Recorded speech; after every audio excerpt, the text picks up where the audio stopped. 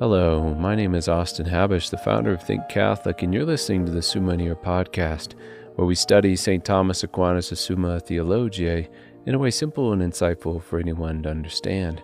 The Summa podcast is brought to you by Think Catholic. Taking 2 questions of the Summa a day, we'll seek to summarize St. Thomas's responses, discovering the brilliance of Aquinas. And his Catholic faith is day 148.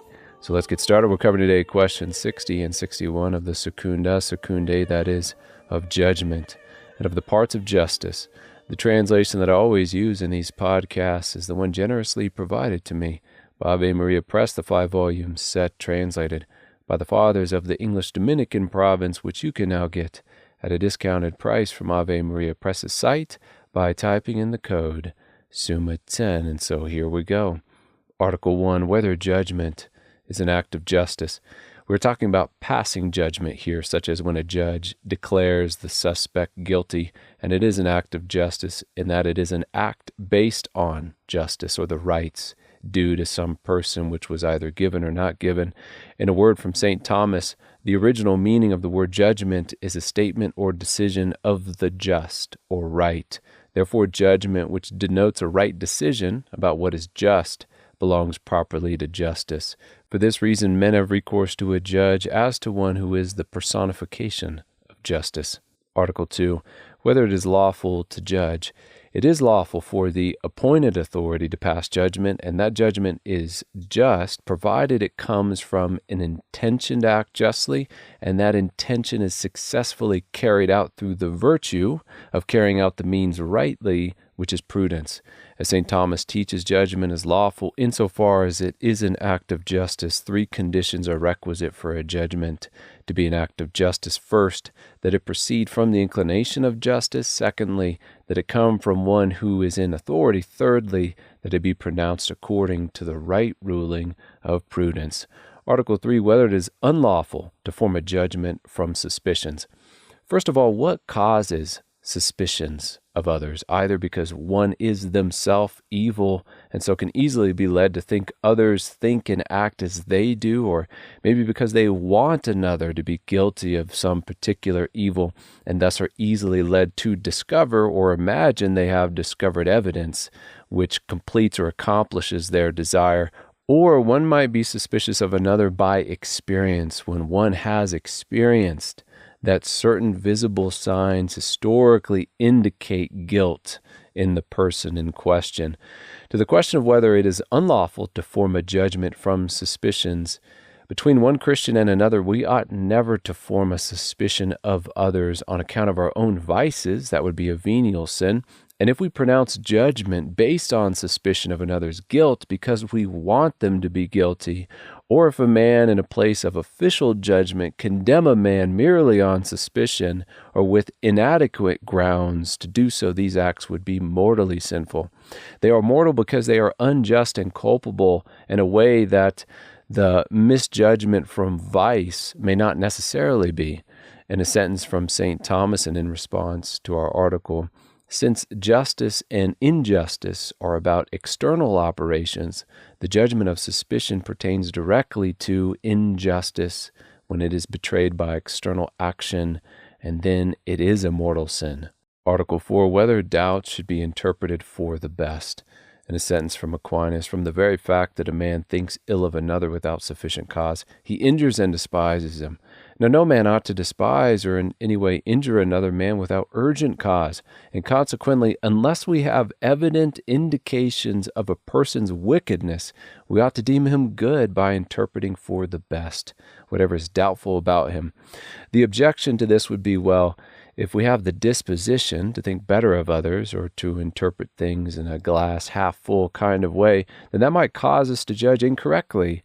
But the response to this is that we might err if we assume the opposite or assumed nothing at all, no matter how carefully we are in judgment. And so it is simply better to err if we are going to err or have the possibility of erring on the positive side in thinking honorably of others than to err in the opposite direction. Article 5, whether we should always judge according to the written law. The written law, if it simply puts into writing what we already ought to know, like the right of a man to marry a woman, the right of man to worship, the right to private property, these natural rights, rights of nations. A man can judge according to the written law because the civil law ought to express them in a written form explicitly and defend them. Written law can also, by positive law, adjust what is right for some particular group in some particular circumstance, like allowing the poor to pay less for something. These laws, provided they are just, given by the proper authority, promulgated as a dictate of reason and for the common good, then in response to our article, one in civil authority ought to judge according to them. As St. Thomas says, it is necessary to judge according to the written law, else judgment would fall short either of the natural or of the positive right. Article 6, whether judgment is rendered perverse by being usurped. Is judgment unjust if it isn't pronounced by the proper authority, but by someone who has usurped that authority, stolen it?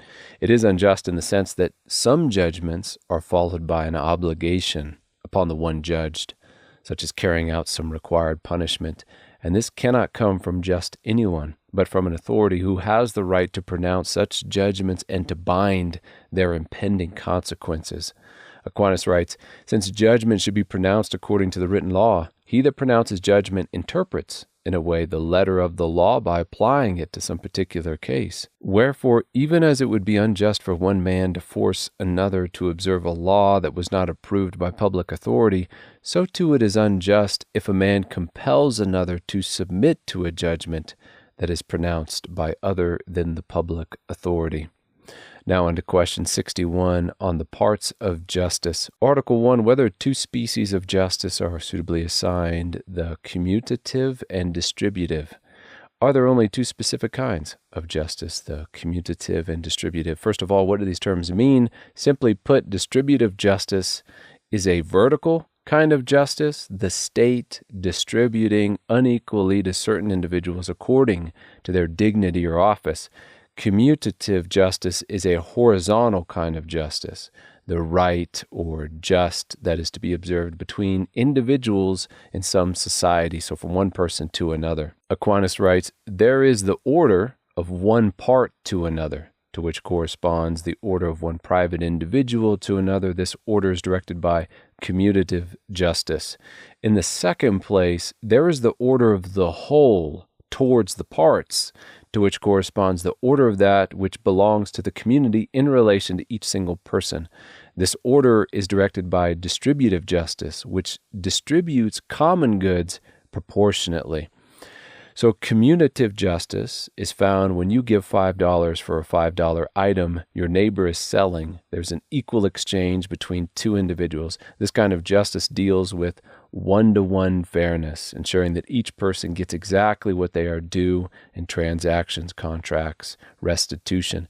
Distributive justice is found when the state gives $5 to a person with a handicap, for example, not because every citizen gets this same amount, but because this person, due to their condition, is proportionally owed more care or more resources. The authority distributes common goods based on need, merit, or contribution, not strict equality. Article 2, whether the mean is to be observed in the same way in distributive as in commutative justice. The answer to this question is in the negative, as our example in the previous article was sufficient to establish. What is determined to be excess or deficiency according to commutative justice is not evaluated in the same way according to distributive justice. The $5 Coke is $5 for everyone at the store, unless there be some other affecting positive law. This is the mean. And if anyone tries to pay $4, they miss the mean. Distributive justice, on the other hand, may determine that for the sake of the common good, certain individuals receive certain different amounts or different things, whether according to merit, need, or prestige. In this way, privileges may be granted to the governor and the president, which are not granted to just any citizen. We see this as right or just, proportionate to their specific dignity or office, and yet it is according to a rule or mean, which is not equal to everyone. Thus, in response to our article, Aquinas writes, in distributive justice, something is given to a private individual insofar as what belongs to the whole is due to the part, and in a quantity that is proportionate to the importance of the position of that part in respect of the whole. Consequently, in distributive justice, a person receives all the more of the common goods accordingly as he holds a more prominent position in the community. So therefore, the mean of commutative justice and distributive justice are not the same. Article 3, whether there is different matter for both kinds of justice. And there is. Commutative justice and distributive justice concern different matters, as we've already explained, but in a sentence from Aquinas here, distributive justice directs distributions, while commutative justice directs commutations. That can take place between two persons. Article 4 in our last article, whether the just is absolutely the same as retaliation. What is retaliation? Aquinas says retaliation denotes equal passion or suffering, we could say, repaid for previous action, and the expression applies most properly to injurious passions and actions whereby a man harms the person of his neighbor. For instance, if a man strike, that he be struck back. So retaliation is a form of commutative justice because it is an equality being rendered out according to another, according to the action done, the thing, and not something being distributed differently according to differing offices or dignities of certain persons. And this article is worth reading in full because it explains how even retaliation can be meted out differently according to different circumstances. So we can see that an eye for an eye or a cheek for a cheek is just, that what a man does be done to him. But when a man steals another person's property, if he just give it back, he will not suffer equally or sufficiently to the harm that he has done. He has harmed the common good, the rule of law. He has caused the one he stole from to lose out in a way that he wouldn't lose out himself by just giving back what was stolen, what wasn't his to begin with. And so it is just, not only that he give back what he stole, but then lose something more of his own through paying damages, for example. Also, if a man injure a prince, to be injured himself equally is again not going to be sufficiently just to receive the evil which he gave the prince, because the dignity of the prince is also disparaged and despised in this villain's act, and therefore he needs to be punished in proportion to the evil he has done to this dignity, to the prince's office as well. So it's an interesting article to look at in depth, and it also teaches us how, when Adam despised God, he justly inherited an endless punishment because of the infinite dignity, the unlimited goodness of God. And with that, we close another episode. We have just finished covering questions 60 and 61 of the secundae, that is, of judgment and of the parts of justice. My name is Austin Habish with Think Catholic, and I cannot wait to see you tomorrow.